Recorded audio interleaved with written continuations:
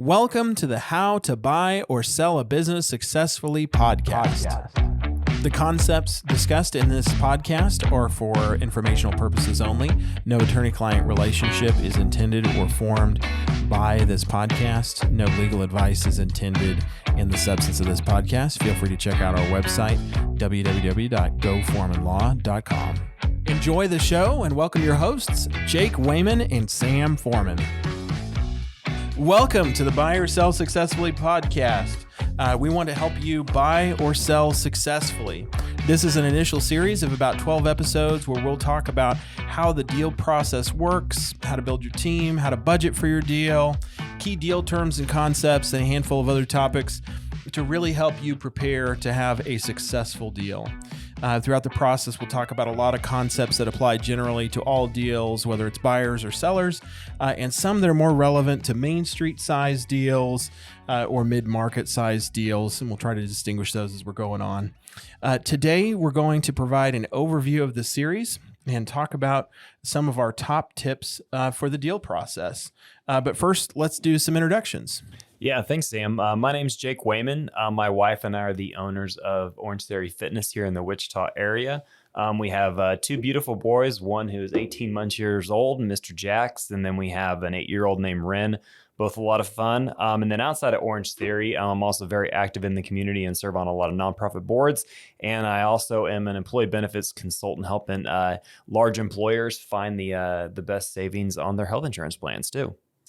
I've been fortunate to know Jake for a long time. He is an excellent connector, a tremendous community leader and advocate, and really excited to have him here today. My name is Sam Foreman. I'm a husband to my wife, Meg. We've been married for about 10 years. We've got two incredible boys who have limitless amounts of energy and never need sleep. I'm an entrepreneur in the legal field, an avid sports fan, and currently on a health journey to recover from starting a business right before COVID. So tons of fun. Our law firm's mission at Foreman Law is to create amazing experiences with the law. We want to do that by creating margin for what matters, making the complex simple, constantly learning and prioritizing the wellness of our clients and team members. And we want to have a lot of fun along the way. We're really pleased to serve businesses and business owners in Kansas and Missouri with legal needs ranging from starting the business to winding it down. Jake, I've got a wild card question for you today that you're totally not prepared for because we didn't talk about it like 5 minutes ago. When it's time to get the stuff done, what's your go-to playlist? Like music-wise, like real music? Yeah, real music, or So- or fake music. If you have fake music, that's great too. So for folks, I'm in the fitness industry, and people think hard rock, hip hop, pop, those sort of things. I'm gonna do a total 180. Classical music, definitely piano. That is what is my flow music. It's really weird, but it helps me get stuff done. That's surprising, and it also makes sense. That's very cool. Do you have any go-to composers you like listening to? Jim Brickman's the man. Jim Brickman. I mean, he's There you not go. classical, but Jim Brickman is a phenomenal piano player. Yeah, no, that's awesome. I like some ragtime and some jazz here and there. No, that's great stuff. Well, right now for this episode, we really want to give you kind of an overview of what we're going to be talking about in this 12-part series. As I mentioned earlier, what we really want to focus on is giving you in this initial series a good overview of how deals work, some really key concepts to help you really be prepared to be successful with your deal. We're going to introduce a lot of terminology for folks that are going through the deal for the first time. We want to help you understand timing, understand key relationships, key concepts, help you start to really get a handle on the things that you're going to need to really be successful in your deal process. And along the way, we hope we'll have a lot of fun. But today, we really want to talk about just a lot of practical tips for being successful in the deal process. None of these are really earth-shattering, but hopefully you'll find one or two nuggets in today's podcast that'll be really helpful for you in your deal process.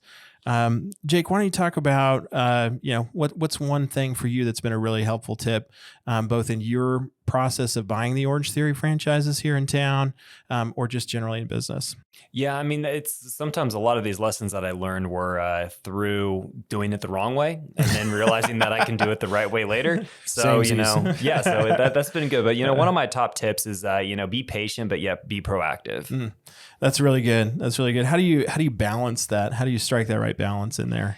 It's the deal process takes a long time. And I think you need to, understand that it takes patience, but you got to be proactive in making sure that you know what the steps along the way are and just making sure that you're making progress on those. But it is, it's, they say patience is a virtue because if you get impatient, you're going to get frustrated, you're going to get angry, and it's just going to make the process be negative for everybody involved. No, that's great. That's great. I think related to that, one of my top tips is really prepare early. I think one of the things that can help you, be patient and proactive is being really prepared early. And I saw you do that in your deal. You were really well prepared throughout. I thought that had a lot of benefit for you because it creates that margin where you can have extra time if you need it to make the deal, create the most value for you. Yeah, 100%. Because that's my next point is organization. Yeah. Big piece of it is making sure that you are the one that knows where everything is at. Because when you have your attorney asking you for this, your accountant asking you for this, your banker asking you for this, one of your investors needs this, everybody needs something at different times. And knowing where everything's at makes the process move so much more smoother and understanding like, okay, this signature needs to be here, this needs to be documented here. And it just makes everything flow so much more smoothly. So, I'm not that organized of a person, but it was like when I really like your point of prepare early and knowing what all the pieces of the puzzle are makes such a difference with that. Yeah, no, absolutely. And I know from my perspective as a service provider on a deal, when I get to work with organized clients like you, it makes my experience a lot better. It helps us be able to deliver better on time, create more value in the process. And it just makes a big difference. I'd say another key tip for me is, when you're leading your deal, you have to be the star of your team. Every team needs a quarterback. Every team needs a star who has a clear understanding of, what their role is and what everyone else's role on the team is. And I think it's really critical for, each business owner who's leading their deal process to have a really clear understanding of what their role is and what everybody else's role on the deal is. We run into challenges when folks, don't have a clear understanding of what their own role is on their deal. Or what everyone else's role is. They're trying to wear too many hats, do too many different things. And then it just makes the whole process more difficult in terms of creating value at the other end. Yeah. And kind of that point of being the star or the quarterback of the deal making team or the deal team, you need to be optimistic because everybody's looking to you for guidance and also reassurance. And so if you get negative throughout the process, then people are going to get, weary. Like the banker may say, I don't know if I want to do this deal. Mm-hmm. Or your investors may say, well, I'm back out. Or even the person you're maybe buying the business from or you're selling the business to. A lot of different things can happen to that. So, it's always being optimistic throughout the process. No, that's great. That's great. When you're optimistic, do you feel like you find more solutions, when problems present themselves? Oh, absolutely. I think having a bad or a negative attitude isn't good for anybody. And then when that happens, negative thoughts come into your mind and you're thinking, well, I missed this. I messed this up. What's going on here?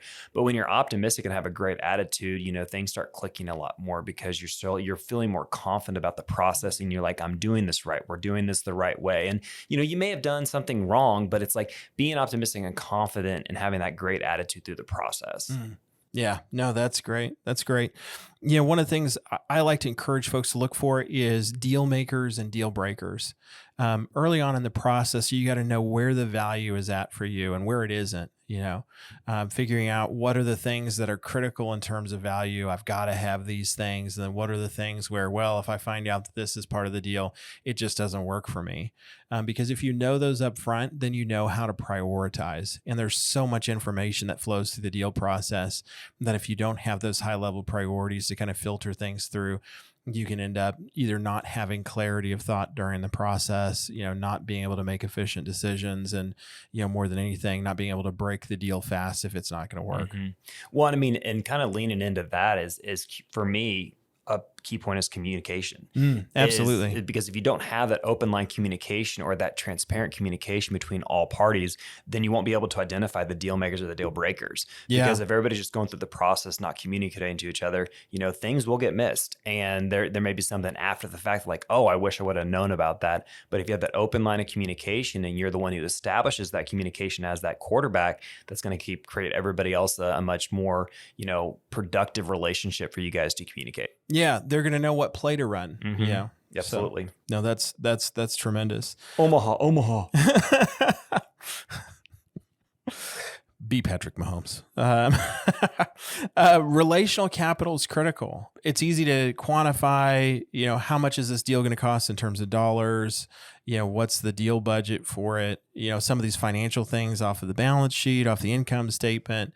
But what really makes a lot of these deals work really well, and more importantly, if you're on the buy side or the sell side, make the business work really well on the other side of the deal, is having really good relational capital. A great way to think about it is, every relationship that you have on the deal team, whether that's buyer to seller, whether that's with a key employee, whether that's with, the professional advisors, there's a relational account balance there. And being aware that balance can go up, it can go down. You can spend it when you need it. If you have a really high balance, it's like going to a friend and saying, hey, I need a favor here. I know we forgot to ask for this earlier in the deal process, but I think this is really what we were looking for. Would you consider something like this? When you have a high balance in that relational account, it's a lot more likely to be able to get what you need through the process, as well as have a better experience than if you're dealing with somebody where it's just you've already maxed out that relationship. Well, and the relational capital, I mean, it's on the front end and on the back end of a deal. On the front end of the deal, if you need something pushed through that, you need to make an ask on somebody. If you have that relational capital built up, you're going to make more progress on it. Mm-hmm. Even with the deal with the buyer and the seller, having that to be a good relationship, because after the fact, there may be things that come up that you need to ask them about something that you didn't know about the business, or, maybe there's some password that you need for some account or whatever that they had access to, and you need it. It's like, if you have that ability to have that communication line and the relational capital, makes it so much easier to get things done instead of having to wait, days, weeks for somebody to respond to something. Absolutely. Yeah. And, and kind of going to that as we talk about relational capital, for me, it's one of my big points is, kind of going back to being optimistic, organization, be patient, all the points that we talked about earlier is, you want to make progress daily. And what I mean by that is when you wake up every morning is you need to be focused on, I'm going to make progress on this deal today, and that progress could be, something really big. You get contract signed, you get something pushed through out at the bank, whatever it is, or it could be something small where you just need to get this one signature for this, or you need to get this documentation from that. It may be some small, but it's progress that's moving it forward every day. And it's like, I know it's kind of like when people are, looking to exercise and lose weight, that first pound they lost is probably the hardest, but once you have that domino effect, it starts moving forward. So it's like, always make progress daily. No, that's terrific. I mean, there's an old saying that time kills deals. And that's really true. And when you create that forward momentum and you're just, you're diligent every day to get something else done, keep that momentum moving forward, makes a big difference. Something I would say on the progress and the time frame is set your own deadlines for yourself. It's like, if you know that you need to get this thing done in 90 days, which, I don't recommend trying to get a deal done in 90 days. Me and Sam know from experience. It's hard. It's hard. But it's like, if you put those deadlines in front of you and you know that they're there, I mean, it just makes you more apt to be able to get it done when you need to get it done. Yeah, no, that's terrific. And there's so much work that goes into a deal. It's easy to lose sight. It's easy to lose sight of that. Here's my last tip. And this is for buyers and this is for sellers, but it's especially for sellers. Happy buyer, happy wire. Throughout the process, be thinking about, what does the buyer want, and not just the buyer in terms of the entity, but also the bank, because in many times there's a bank financing it or there's investors financing it. They are the buyer, they're writing the checks. And so you want them to be happy buyer, happy wire, get that deal done. So, well, that's a wrap on our top tips. Jake, what's your number one tip from today that you hope folks will really hold on to? Yeah, I mean, for me, I would just go back to my number one point is be patient, yet proactive. I mean, that's really what it boils down to is, patience is a virtue, but you always need to be proactive and, making sure you're making progress daily. No, that's terrific. I think mine is pay attention to relational capital. Business happens through relationships. Yep. No, that's terrific. Well, Jake, doing deals is hard. It's hard on your brain. It's hard on your body. It's hard on your relationships. what's a tip that you have for folks, just from a wellness standpoint, as they're going through something as intense as the deal process? Invest in Rogaine. I can see that I've lost some hair throughout the process. No, but in all seriousness, mine's family always comes first. Amen. I think it's, whether your family is your dogs or you have your kids and your family. I mean, it's family always needs to come first because, the deals will always be there, but your family will not. And so you need to make sure you invest the time with them because you'll lose that time if you don't. No, that's a great tip. Well, thank you everybody for tuning in today. Next time, we're going to address the question of how does the deal process work, and we'll give a good overview of that. Thank you for joining us today. For future episodes, please subscribe to the podcast on Apple Podcasts or Spotify. And please check out our website at www.goforemanlaw.com/learning.